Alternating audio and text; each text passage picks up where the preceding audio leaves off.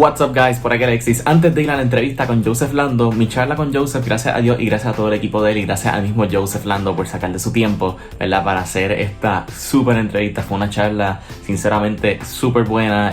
Tuve tanto y tanto contenido que decidí dividirlo en dos partes, así que bienvenido a la primera parte, conociendo a Joseph Lando. Es donde nos habla de su trasfondo, ¿verdad? Las experiencias que nos moldearon al hombre que tenemos hoy en día. Y la segunda parte, que vendrá en el próximo video, es hablando más en detalle de Zack y su ámbito profesional. Esto es más, ¿verdad? Yo digo un deep dive a Joseph Lando, su historia, qué fueron los eventos que lo formaron hasta llegar a Zack. Así que bienvenidos a la primera parte de la entrevista a Joseph Lando.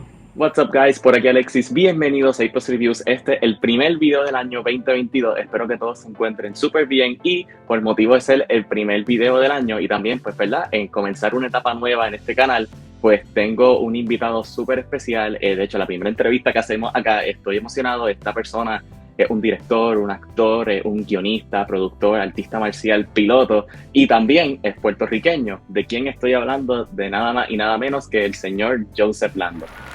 Así que, bienvenido. Gracias, muy buena introducción. Saludos a todos. Para lo que yo llamo las admiradoras femeninas, envío un beso desde mi corazón. Y para ustedes, los varones, un fuerte abrazo desde lo más profundo de mi corazón.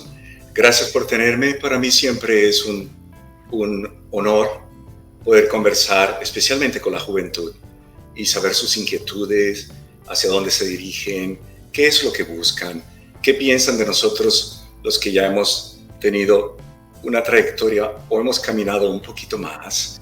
Y esa interrelación entre dos mundos, dos mentes que son dos mundos diferentes, ¿no? Con diferentes impresiones, aunque nos une un mismo lenguaje, hemos pasado por tal vez diferentes experiencias y eso nos engrandece.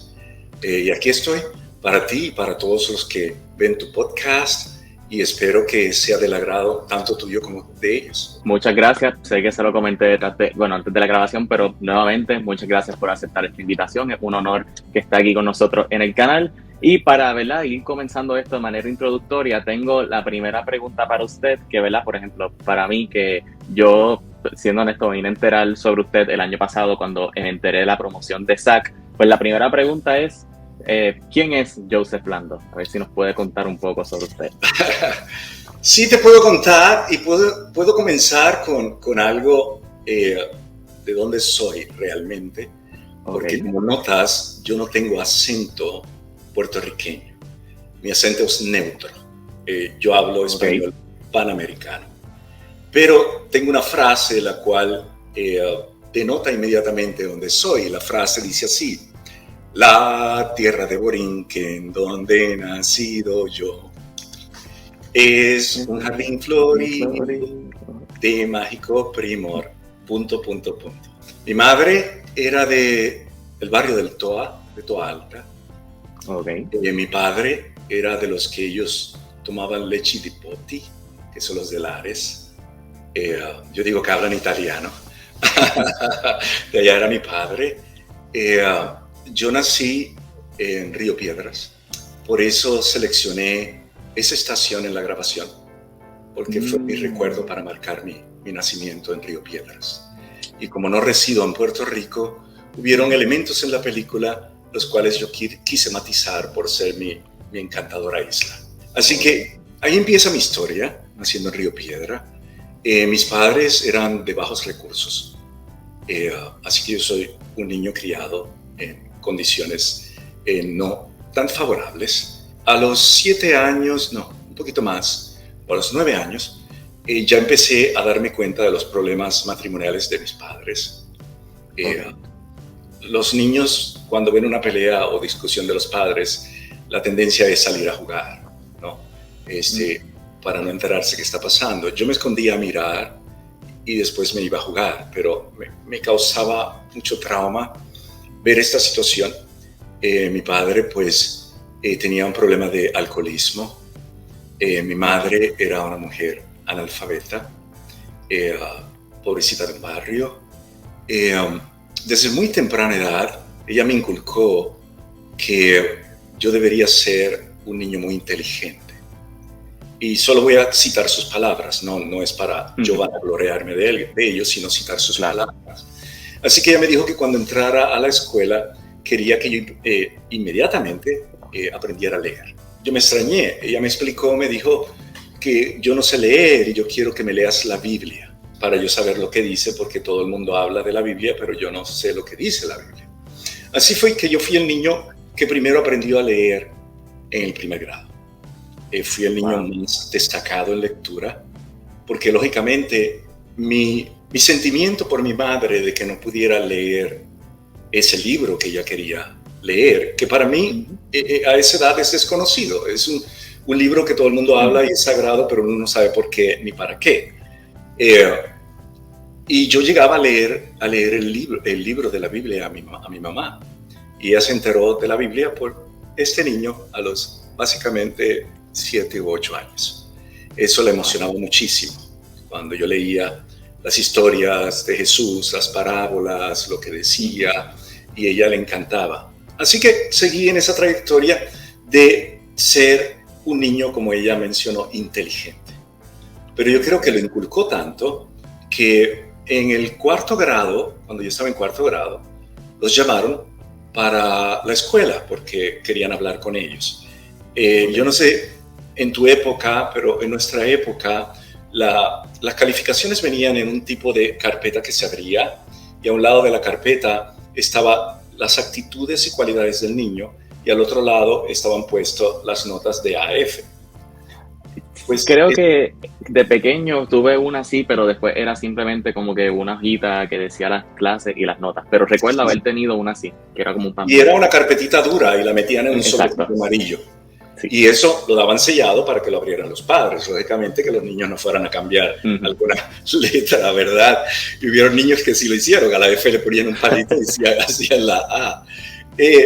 Pero yo llevé la tarjeta a mi casa y ellos la abrieron y no vieron notas en el lado izquierdo del renglón de las calificaciones, solo vieron el lado derecho que decía la letra E de eco, todo era EE.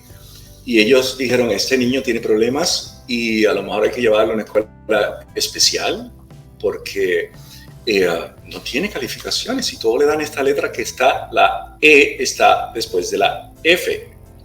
Así que el niño está por debajo. Esa fue la asunción que ellos hicieron. Cuando mi padre fue a la escuela, le dijeron que no podían catalogarme de la A a la F porque yo estaba por encima del promedio. Así que me pusieron excelente en todas mis capacidades. Y querían hablar conmigo porque no querían dejarme en el grado, sino pasarme a otro grado. Pues me pasaron de 4º a 6º.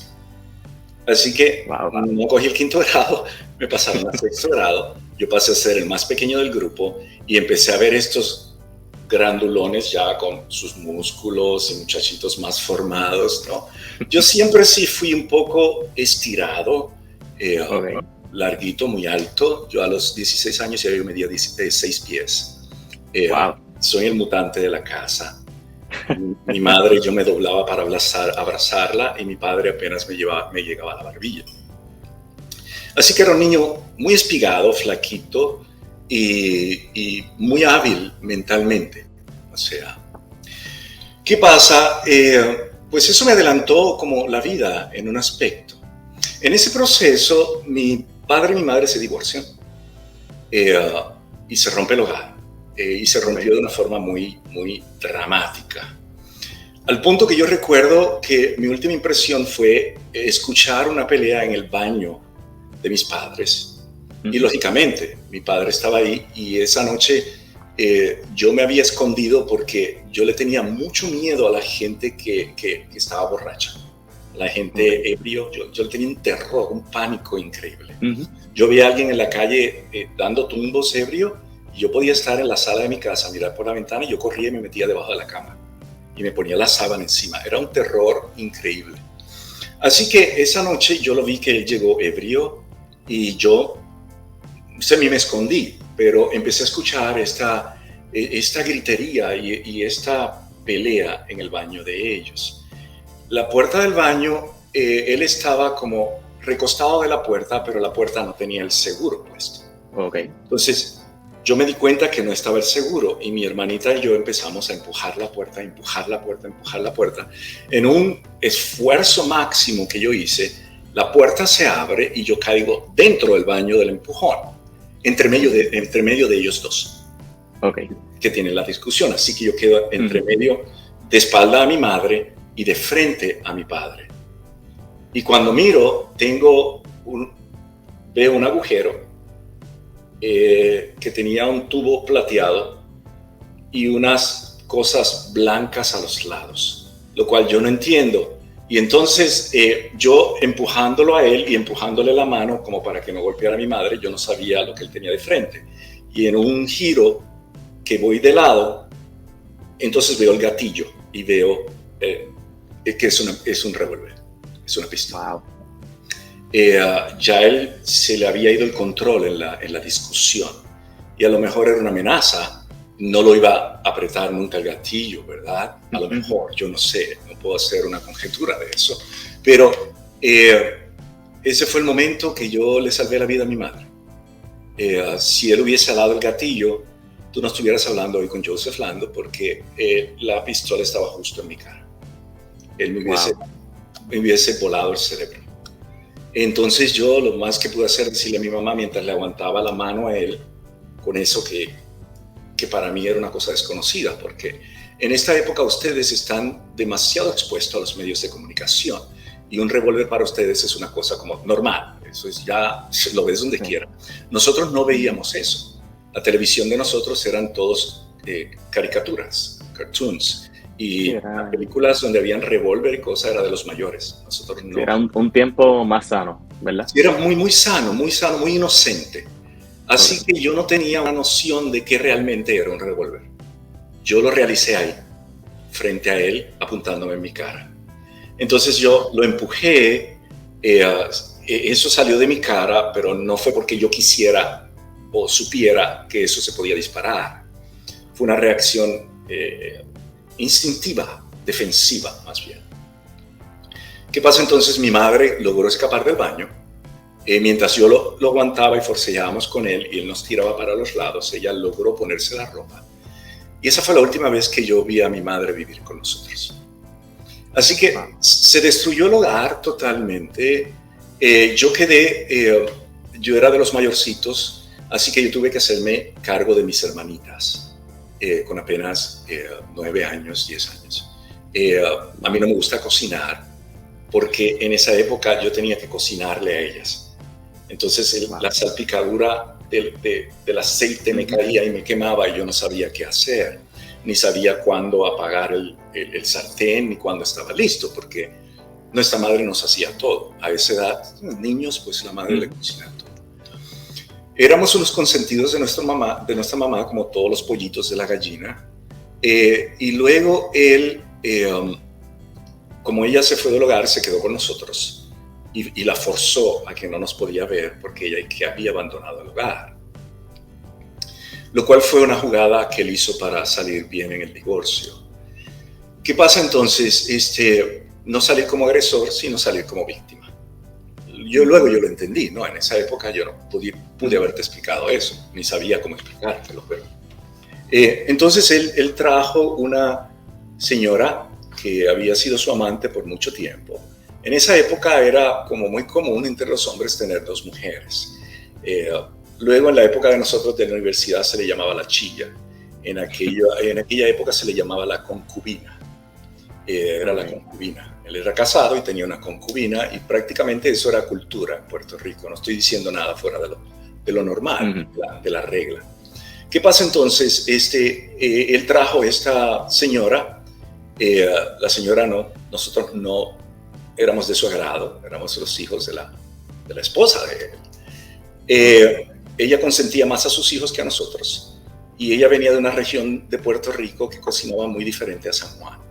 Sabes que en Ponce hacen las cosas de una forma, en Salina en otra, en Mayagüez, a lo mejor la avena que es dulce en un lado es salada en el otro. Todo el mundo tiene su sazón. Exacto. Que hacer. Ella hacía una característica sopa de habichuelas que hacían en el poblado donde ella vivía y su familia comía eso. Jamás en la vida nosotros podíamos comer habichuelas, ¿eh? Nosotros comíamos caldito de habichuela.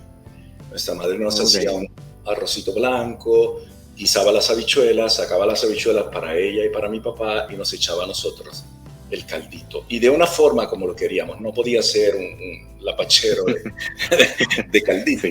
¿Qué pasa entonces? Ella hizo la sopa de habichuelas y nos sentaron a la mesa, sin arroz y sin nada, y a comer sopa de habichuelas. Para nosotros eso eran cucarachas en agua, flotando en agua. Como niños nosotros le decíamos a nuestra mamá que las habichuelas eso eran cucarachitas y que no las comíamos porque nosotros no comíamos cucarachitas. Medio broma y en serio, porque un niño ve las cosas de acuerdo a su perspectiva, ¿no? ¿Qué pasa entonces cuando nosotros vimos las cucarachitas flotando en este bowl de agua? Jamás lo íbamos a comer. ¿Qué pasa entonces? Ella dijo que nosotros éramos unos consentidos y comenzó a maltratarnos. Así que nos forzaron a comer la sopa de las cucarachitas, como yo le llamo, de las habichuelas.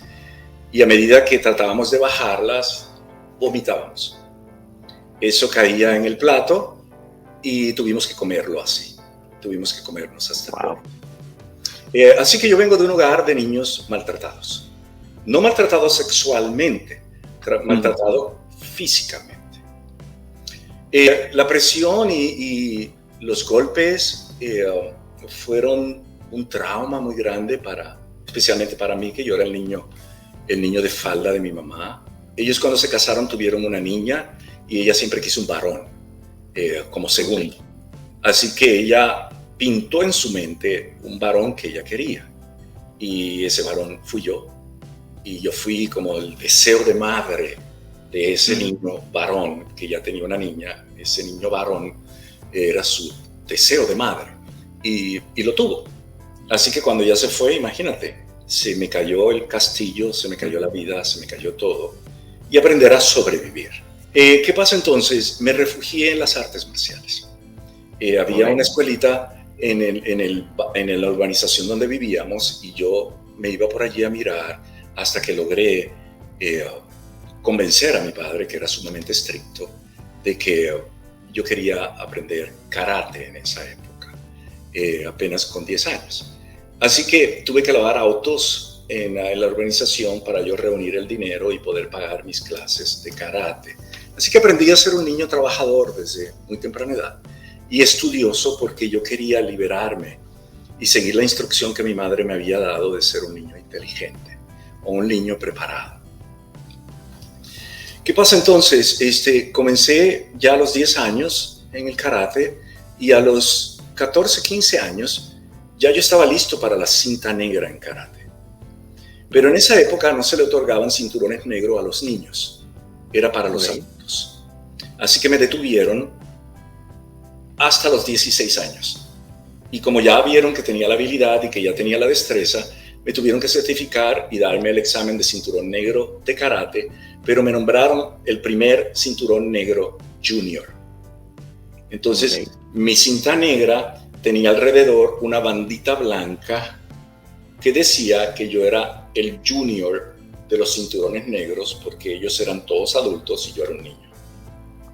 ¿Qué pasa? A los 16 años ya yo era más alto que todos ellos, así que me tuvieron que quitar el cinturoncito blanco de junior y dejarme como cinturón negro, porque ya yo estaba dándole patada a los adultos, ¿no? Había desarrollado mucha habilidad, porque sabes, cuando uno empieza muy niño en algo, desarrolla mucha destreza en eso que se propone, ¿no? Es como una esponja. Es como una esponja, como es correr skateboard, como todo lo que empiezas temprano, te haces un ducho en eso, ¿no? ¿Qué pasa entonces? A los 18 años, yo entré a la universidad a los 17 años, pero a los 18 años ya yo era segundo dan en karate. ¿Sabes que se ponen unas rayitas luego en la cinta negra? Se ponen unas rayitas y esos son danes. Y esos son grados que ganas a través de los años. Así que ya yo había pasado el cinturón negro. Ya era segundo dan en karate. Ya había sido asistente de instructor de niños por mi edad. y ya había alcanzado un nivel en artes marciales que para mi edad era muy alto. Comencé a aburrirme del asunto, porque mi mente quería conocer más y quería saber más de eso. Y me di cuenta que era muy repetitivo. Cuando entré a la universidad, entonces me interesó el judo. Así que comencé a practicar judo con el equipo de judo, que es otra distancia de pelea en las artes marciales. Entonces, abrí una academia de artes marciales y hubieron unos muchachos que comenzaron a practicar conmigo porque yo me hice novia de la prima y hermana de uno de ellos. En eso yo estaba estudiando actuación también. ¿Sabes? Todo te lo estoy contando más o menos a la vez porque sucedió de esa forma. Y fue mi forma de escapar del sufrimiento que me había causado la ruptura de mis padres y el maltrato desde niño. Yo trataba de mantener mi mente ocupada y aprender todo lo que podía. Así que ocurrían muchas cosas a la vez. Estoy trabajando en una zarzuela. Necesitaban un joven y yo fui el que seleccionaron después de las audiciones. Y conozco a esta niña que me encantó, una bailarina. Y yo todo lo que es arte y destreza y movimiento del cuerpo y todo eso a mí siempre me atrae. Lógicamente por movimientos de artes marciales. ¿Qué pasa entonces? Nos hicimos noviecitos y conocí a sus hermanos. Y sus hermanos pues vieron mi destreza en artes marciales, comenzaron a practicar karate conmigo, trajeron a los primos y aquello fue todo un grupo de familia, tú sabes, hermanos, primos, amigos, que entraron a la clase. Ellos le habían hablado, los primos de mi novia, le habían hablado a su madre, que yo no conocía en ese punto. Llegaban a la casa y le decían él es así, y él hace esto y nos enseña esto, él tiene mucha habilidad, él es un deportista, etcétera, etcétera. Y me invitan a una fiesta de la casa de los primos. Entonces yo fui a la fiesta y conozco a la señora. Y me dicen, mis hijos están encantados contigo y tienen mucha disciplina y déjame decirte que son unos desordenados y tú le has puesto disciplina. Ella me dice, tú eres atleta, ¿no te gustaría pertenecer al equipo de lucha olímpica y al equipo de artes marciales que nosotros estamos formando en la universidad? Yo no sabía quién era ella, realmente. Y yo le dije, pero ¿qué universidad? Porque yo estoy estudiando en tal universidad. Y ella me dijo, yo soy la directora y decana de la Universidad de Bayamón, la Universidad de Puerto Rico, en el centro de Bayamón. Y yo, pues sí, me gustaría ver. Me dice, no te prometo nada, pero están haciendo unas pruebas y si pasas las pruebas, entonces la universidad te puede becar como atleta. Y yo dije, no, eso me suena bien. Me invitaron a las pruebas, pasé las pruebas, lógicamente. Me pidieron, me reclutaron para el equipo de lucha y de artes marciales. Entonces me preguntaron qué yo quería estudiar. Mi carrera original, antes de que se destruyera la vida de niño y todo lo que pasó, era medicina. A mí me encantaba estudiar el cuerpo humano, a mí me encantaba ver todo el funcionamiento de esta máquina y sanar a la gente y todas esas cosas. Esa era mi locura realmente. Y yo tenía 3.75 de promedio antes de entrar a la escuela de medicina. Mi padre me rompió esa medio ilusión realidad cuando me dijo que yo era un pobre diablo, que yo no iba a llegar a nada y que me fuera a trabajar, que eso era lo que se hacía. En esa época eso era la norma.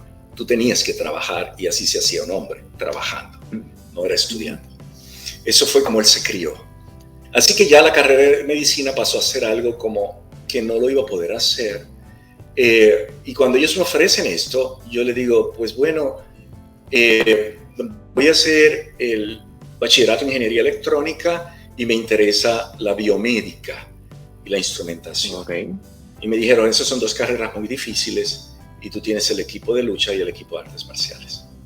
Y yo le digo, yo me ocupo de mi carrera y yo les voy a dar lo que ustedes quieren.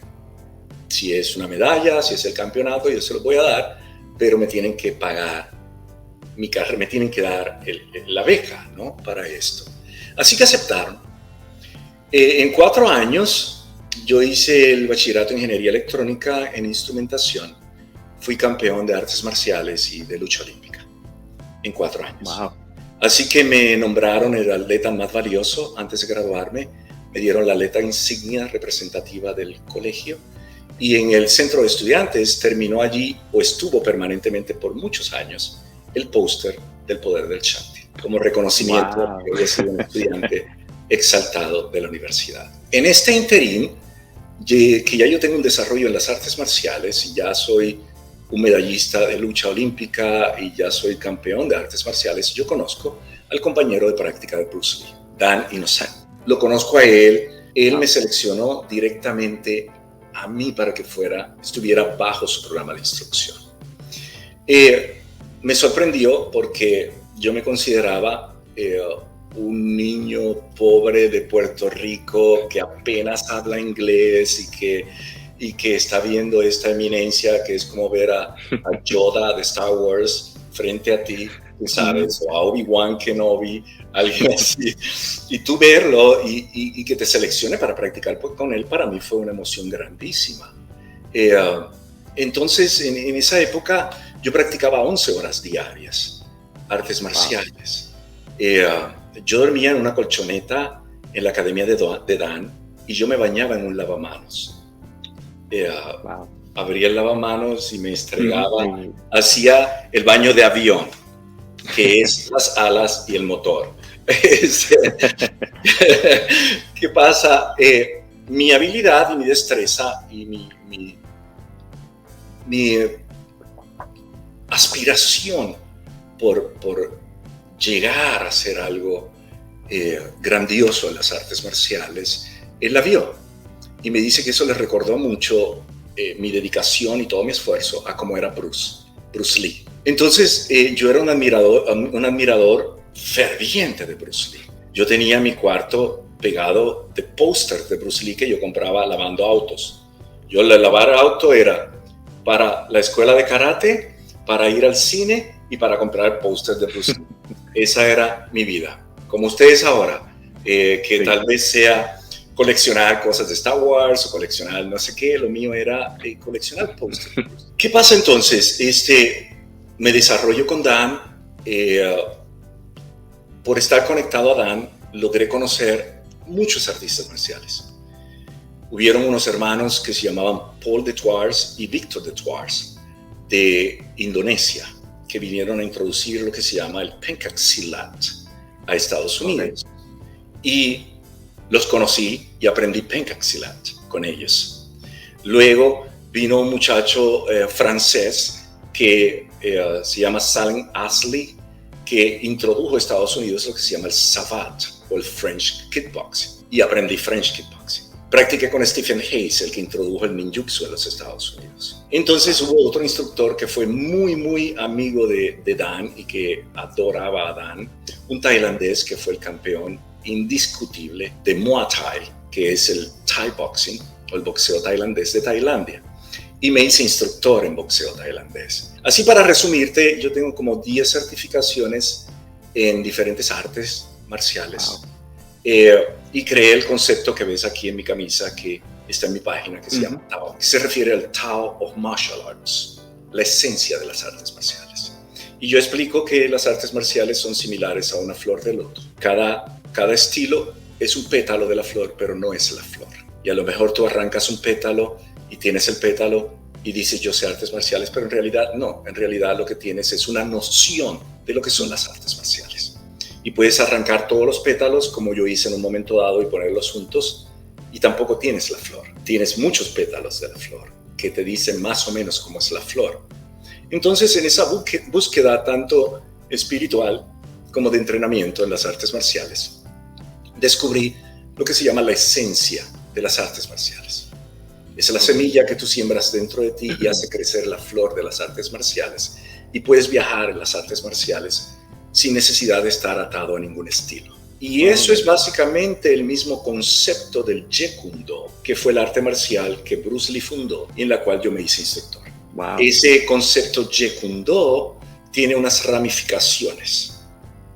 Alguien te dice, yo practico Jeet Kune Do, el estilo de Bruce Lee, no lo entrevistes, no le creas, es mentira. Ok. Porque él es un concepto de artes que está fundamentado en lo que se llama Junfan Gunfu. Junfan, Lee Junfan era el nombre de Bruce Lee realmente. Lee Junfan, ese es su nombre chino.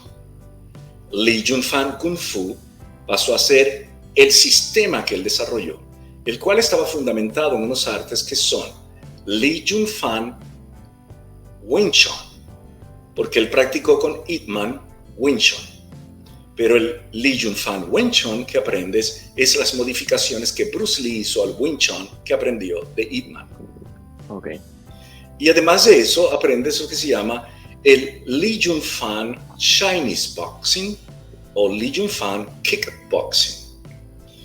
¿De dónde salió eso? A los 14 años, Bruce Lee fue boxeador y fue campeón juvenil de boxeo.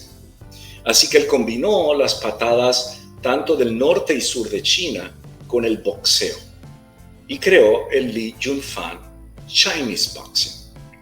Entonces, si alguien te dice a ti que practica eso, entonces está en dirección de aprender lo que es el concepto del Jeet Kune Do. ¿Entiendes? Es como decir las matemáticas.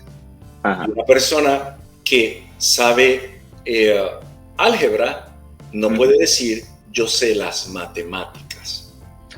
O que sabe ecuaciones o digamos sumar y restar y multiplicar no puede decir yo sé las matemáticas.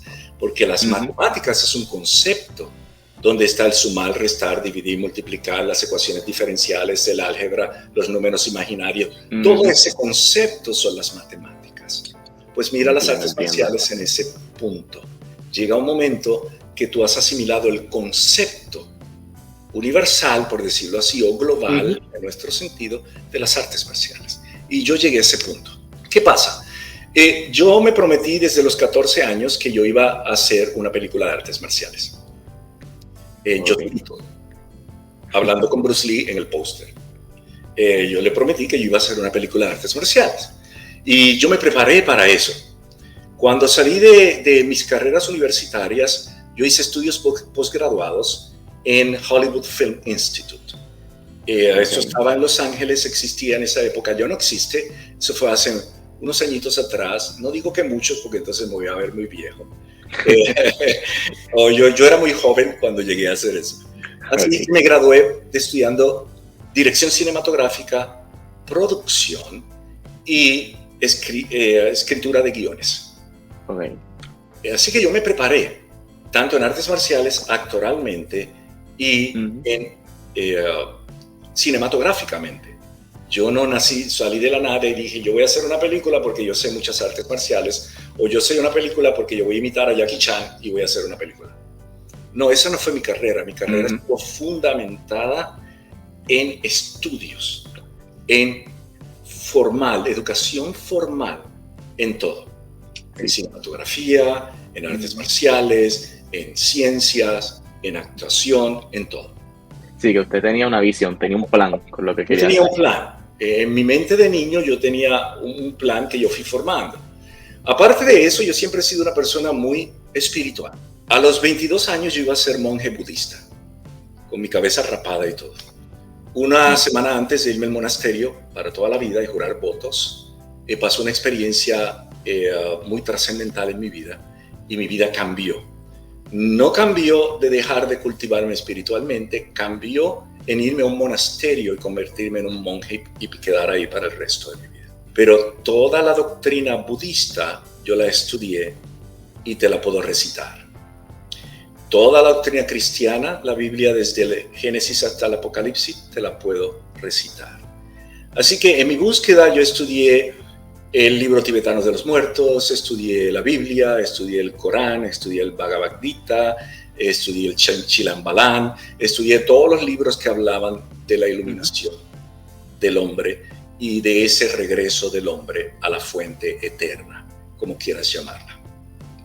Así que eso estuvo muy marcado en mi búsqueda de crecimiento y desarrollo, además de las artes marciales, la ciencia y todo lo demás. Yo soy, más bien, me considero un hombre renacentista, donde mi cuerpo nació en Puerto Rico, pero yo no soy puertorriqueño, no por desprecio, sino porque yo soy ciudadano del planeta Tierra.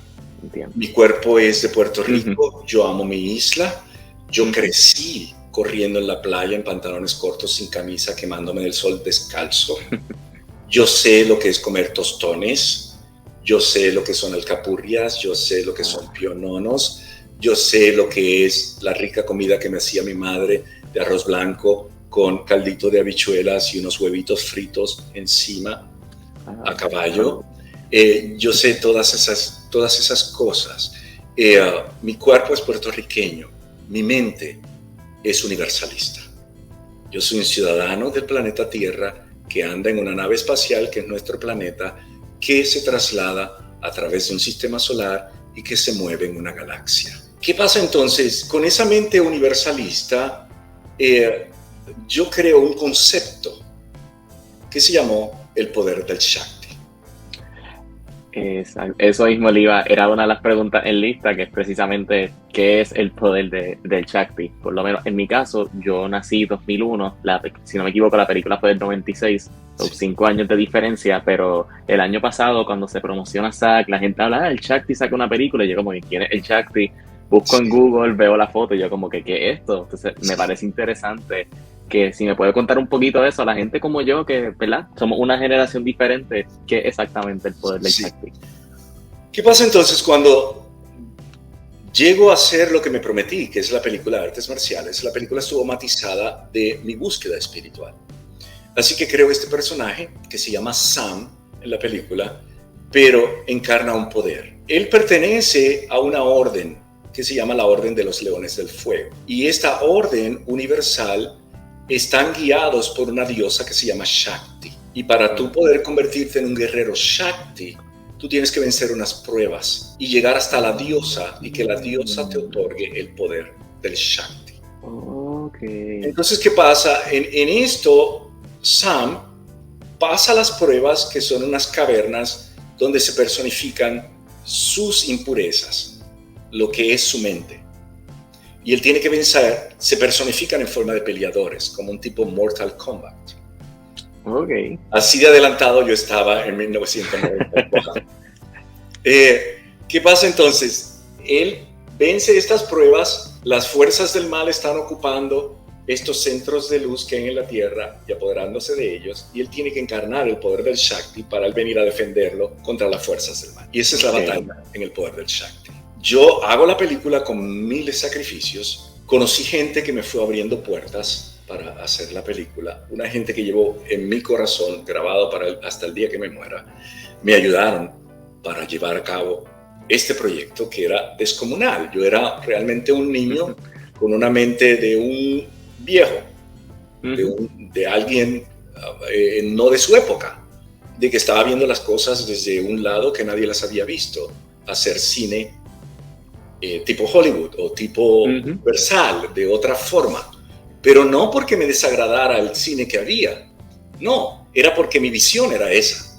Mi visión no era de novelas o regional o local, mi visión era universal. Este guerrero universal, estas fuerzas universales, esto que pasa, yo poner eso con las artes marciales y llevarlo a la cinematografía. Así que el Shakti se convirtió en un Bruce Lee con uniforme de superhéroe. El primer superhéroe latinoamericano que existió, y fue la primera película que se hizo de acción, aventura y artes marciales en Puerto Rico, con el sudor de mi frente, con la sangre de mis venas y con todo el mundo pateándome, insultándome, cerrándome las puertas. Ningún cineasta me ayudó, al contrario, todos buscaron hundirme, y te tengo que decir que yo viví eso ahora con Zack. Lo acabo de vivir y repetir, esa amargura que pasé en 1996. Pero Alexis, yo soy un guerrero, yo soy un espartano. Tú me das una espada y puedes poner 10,000 persas frente a mí, y si yo tengo que defender mi vida, que se preparen los 10,000 persas, porque hasta que no me maten yo no me detengo. Y eso pasó con el Shakti. La postproducción del Shakti se hizo en Universal Studios, nadie había hecho eso. Okay. Wow. En Puerto Rico yo no pude hacer la postproducción, era muy costosa, porque en esa época fue la época donde fue el boom de los anuncios. Los licores, las cervezas se metieron a la televisión sumamente agresiva y empezaron a hacer estos anuncios que costaban miles de dólares. Así que las compañías de producción se dedicaron a eso y cada vez que tú querías hacer algo tenías que pagarlo como si fueras un licor o una cerveza en Puerto Rico que tenían un montón de dinero. Y no, eso yo no lo tenía. Yo agarro mi teléfono y digo, bueno, ¿qué puede ser? Si yo conocí a Dan sin saber hablar, apenas hablaba inglés y llegué hasta donde él, yo creo que puedo contactar a alguien que me ayude a hacer esto. Contacto a una persona que era un puertorriqueño que se había mudado a la Florida y había comenzado su trabajo en Universal Studios para el mercado latino. Y tenía una soga en el cuello porque si no conseguía un proyecto, lo iban a echar, porque entonces quería decir que el mercado latino no estaba produciendo nada para poder mantener un sueldo y un trabajo como ese. Y por obra y gracia divina caigo con él. Así que ellos me ayudaron a trabajar, conozco la gente en Universal Studios. Yo almorzaba mirando los monstruos pasar, a Frankenstein en su hora de almuerzo, al hombre lobo, a Drácula, a todos. Ese era mi espectáculo diario. Y hice muy buenas amistades. Terminó la postproducción y un muchacho que nos hicimos muy buenos amigos, él había trabajado en la serie de Superboy. Y me dice, Joseph, tú eres un superhéroe. Esto es un superhéroe, hermano. Tú tienes que hacer algo en grande con esto. ¿Dónde tú vas a hacer la presentación de esta película? ¿O dónde vas a invitar a hacer tus invitados? Y yo le digo, ni sé, yo no tengo, ni sé dónde lo voy a hacer.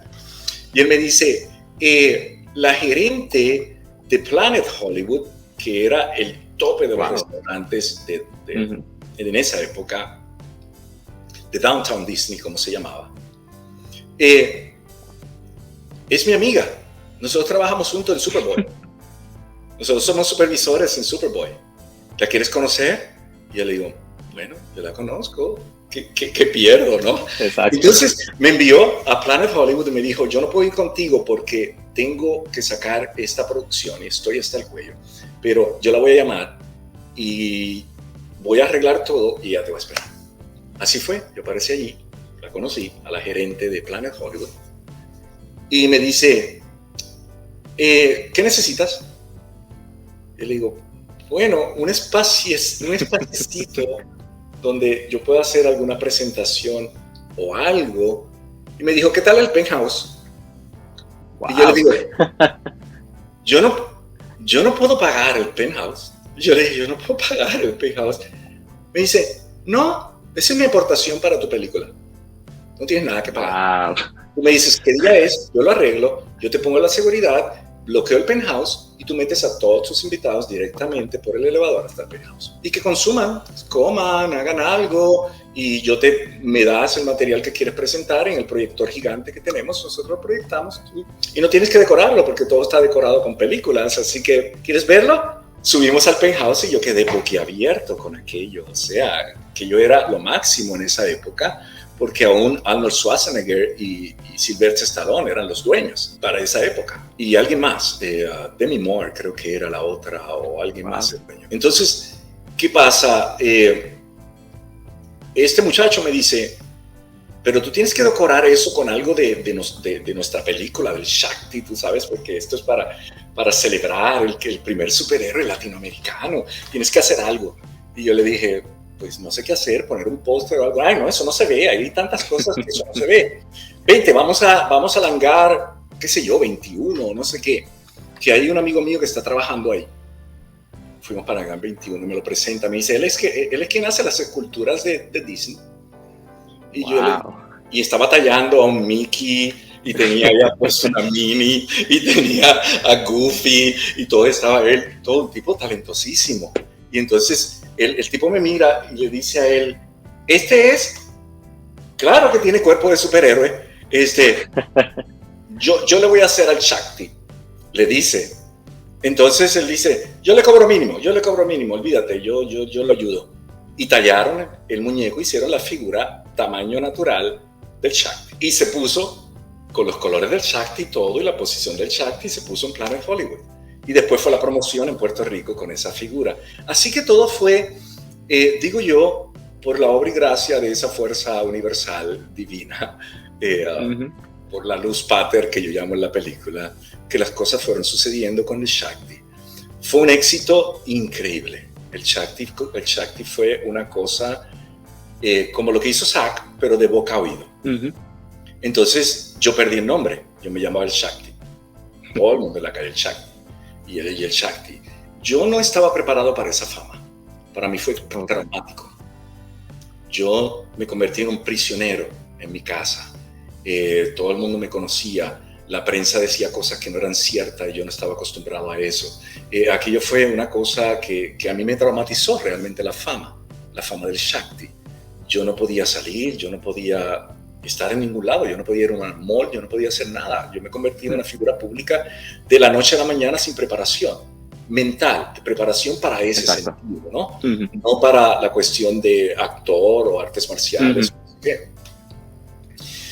Después de eso, yo me recogí un tiempo y aparece el proyecto de los programas televisivos que también se comentan en online, de las profecías del fin. Ese es Hercólogos. Hercólogos, sí. Hercólogos. ¿Qué pasa? Hercólogos. El primer programa se llamó El fin de los tiempos, las profecías del fin de los tiempos. ¿Qué pasa? Yo cuando me dedico a algo, lo hago 100%. Estos programas fueron sin fines de lucro. A mí, las personas que nos reunimos pidieron mi colaboración y yo me ofrecí a ayudarlos, pero yo no cobré un solo centavo por ellos. Pero yo pasé a ser el host del programa.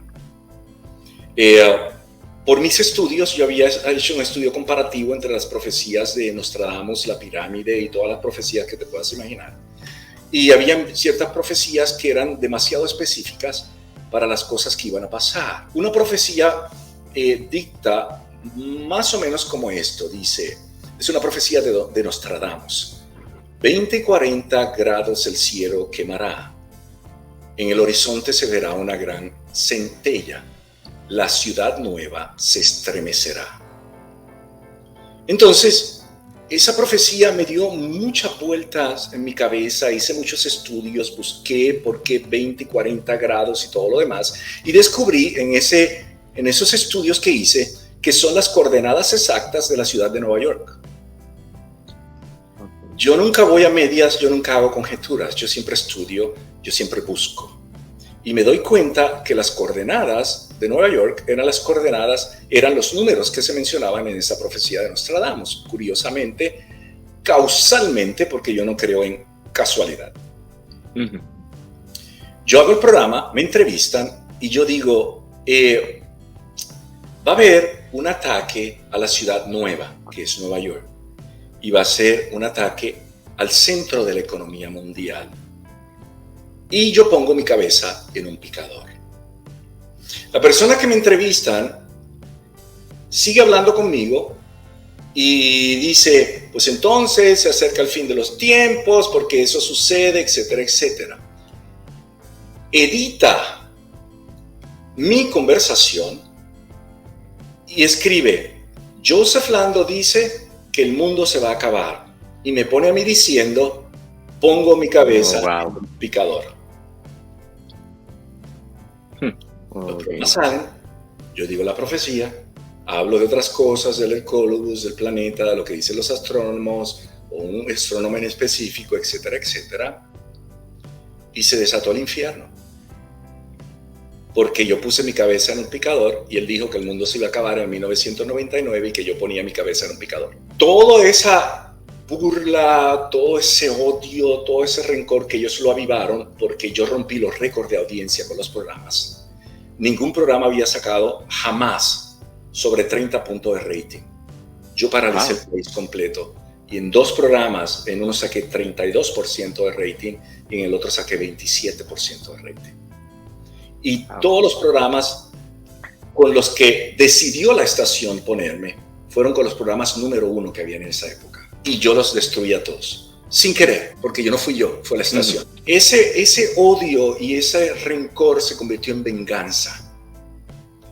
Y a través de los medios de comunicación, la radio y todos los demás motivaron a la gente a destruirme. Y a mí me amenazaron de muerte 3 veces. Wow. Por lo cual me tuve que ir de Puerto Rico. Tras toda esta decepción y viendo que mi preparación realmente como que no había servido para mucho,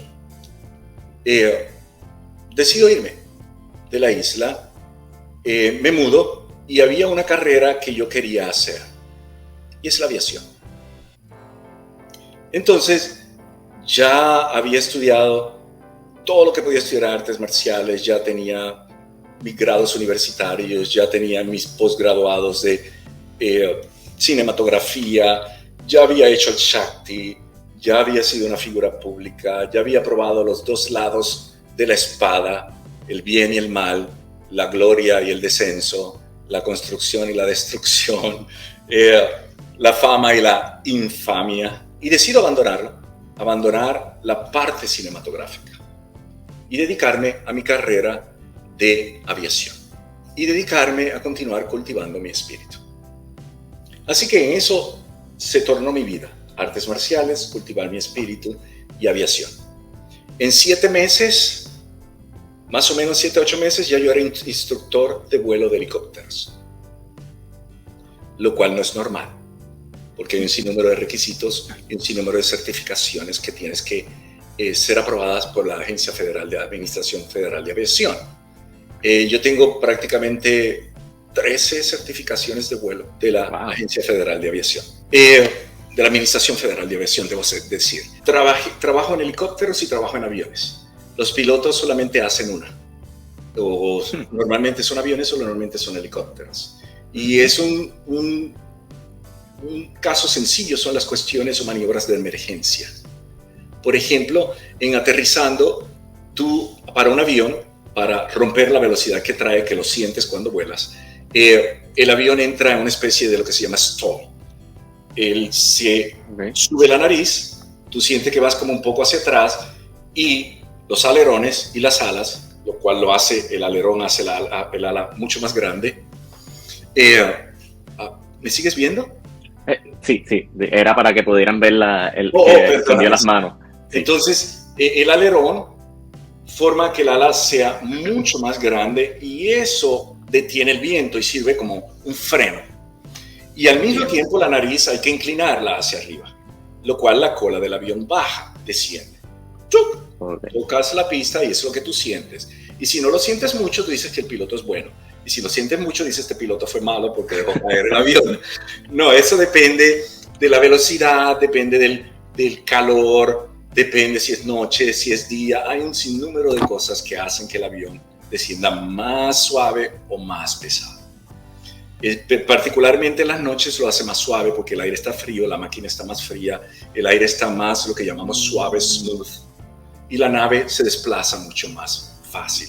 De día el calor crea sistemas convectivos. Los sistemas convectivos son que la humedad que está sobre la Tierra, al calentarse, sube, porque el calor hace subir la humedad, y eso crea turbulencia en el aire. Cuando el avión pasa, siente esa turbulencia. ¿Qué pasa? Este mismo sistema convectivo, estaba pensando en inglés, es convective system, tengo mi cerebro en los 2 idiomas. Ese sistema convectivo sube, se enfría y cae la lluvia. En los países tropicales como Puerto Rico eso es todos los días, porque hay tanta humedad en el piso que cuando sale el sol la calienta, se evapora, sube ese gas, se enfría y por la tarde llueve. Y eso es lo que decía Chuyito el de Bayamón, que en Bayamón llueve todos los días. Es famoso. Es cierto. Decirte algo de eso. ¿Qué pasa entonces? Que en el helicóptero no puedes hacer eso. Yo creo que tengo por aquí un helicóptero. Yo tengo ponerle ahí la cámara. Tengo mis juguetes. Okay.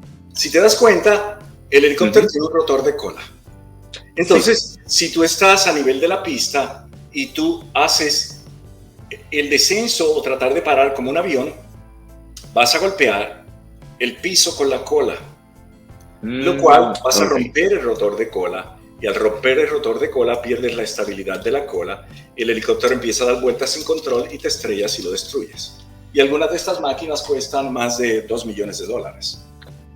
Wow. Entonces, ¿qué pasa? Las artes marciales me permitió a mí desarrollar los dos lados del cerebro. Yo soy ambidiestro, así que puedo invertir las maniobras del avión al helicóptero y del helicóptero al avión.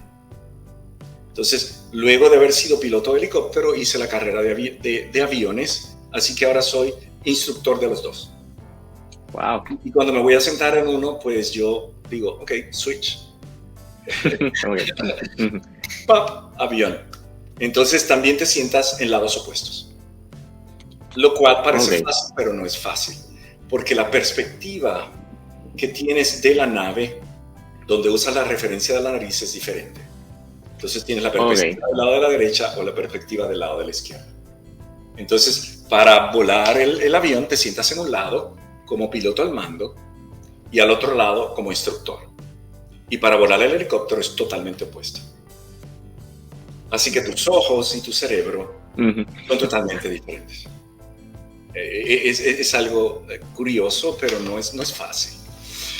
Trabajé con un proyecto de aliados de Estados Unidos, enseñando a personas de diferentes partes del mundo a volar helicópteros. Eran oficiales de la policía y oficiales del ejército. Así que tengo estudiantes de México, Perú, Nicaragua, Bolivia, Colombia, Dubái, Saudi Arabia y Estados Unidos. Wow, internacional. Y he dado clases a toda esa gente. Así que tengo pilotos que son comandantes en sus unidades aéreas en sus países, que fueron mis estudiantes. Ahí entra la cuestión de mi lenguaje. Yo he hablado un español panamericano por 35 años. Cuando yo empecé a ser un profesor, un educador internacional, a mí nadie me entendía. Yo decía, ¿dónde cojo la guagua? La guagua solo se entiende en dos sitios, Cuba y Puerto Rico, porque vino de Cuba. La guagua, no sé si sabes, era una compañía que había en Cuba. Se llamaba Watson and Washington Transportation Services. Desconocida. Era tan y tan largo el nombre que la gente agarró Watson, Washington, y los puso juntos. Y decían guagua. Ahí viene la guagua. Y ese es Watson and Washington Transportation Services. Cuando van los cubanos a Puerto Rico, arrastran el término de la guagua. Así que nadie me entendía cuando yo hablaba de la guagua. Así que tuve que aprender a decir el transporte colectivo o el transporte público. Y me di cuenta que entonces todo el mundo comenzó a entenderme. En vez de yo ser egocentrista, me convertí en altruista educativo. El egocentrista educativo es, me entiendes lo que yo estoy diciendo porque yo soy el profesor y haz el esfuerzo por entenderme. El altruista educativo es, yo soy el medio, el educador, que tengo que transmitir el conocimiento lo más claro y pristino para que los estudiantes lo entiendan. Entonces yo me convertí en un altruista educativo. Así que mi idioma pasó de ser de lo que se habla en Puerto Rico al idioma más entendido en toda Latinoamérica, que es el español panamericano. Así que yo hablo con estudiantes de todos los países de Latinoamérica y todo el mundo me entiende. Eso matizó a Zach y vamos ya mismo, estamos llegando. Por 35 años más o menos he hecho eso en mi vida. Así que mi acento boricua se limó y es muy difícil definir si yo soy de Puerto Rico o no lo soy. E inclusive por mi altura, porque mido 6'2", y el puertorriqueño típicamente es bajo. Yo quería ver las pirámides con mi esposa, así que fuimos a Egipto. Y mientras caminaba en el Cairo, la gente me detenía para preguntarme de qué lado de Egipto yo era, porque yo era egipcio. Mis estudiantes de Dubái y de Saudi Arabia me decían Onkel Yosef, porque decían que yo era árabe, que yo era egipcio. Y me decían desde Joseph, ellos utilizan la I o Yosef, Onkel Yosef. Y me querían llevar para allá al curso.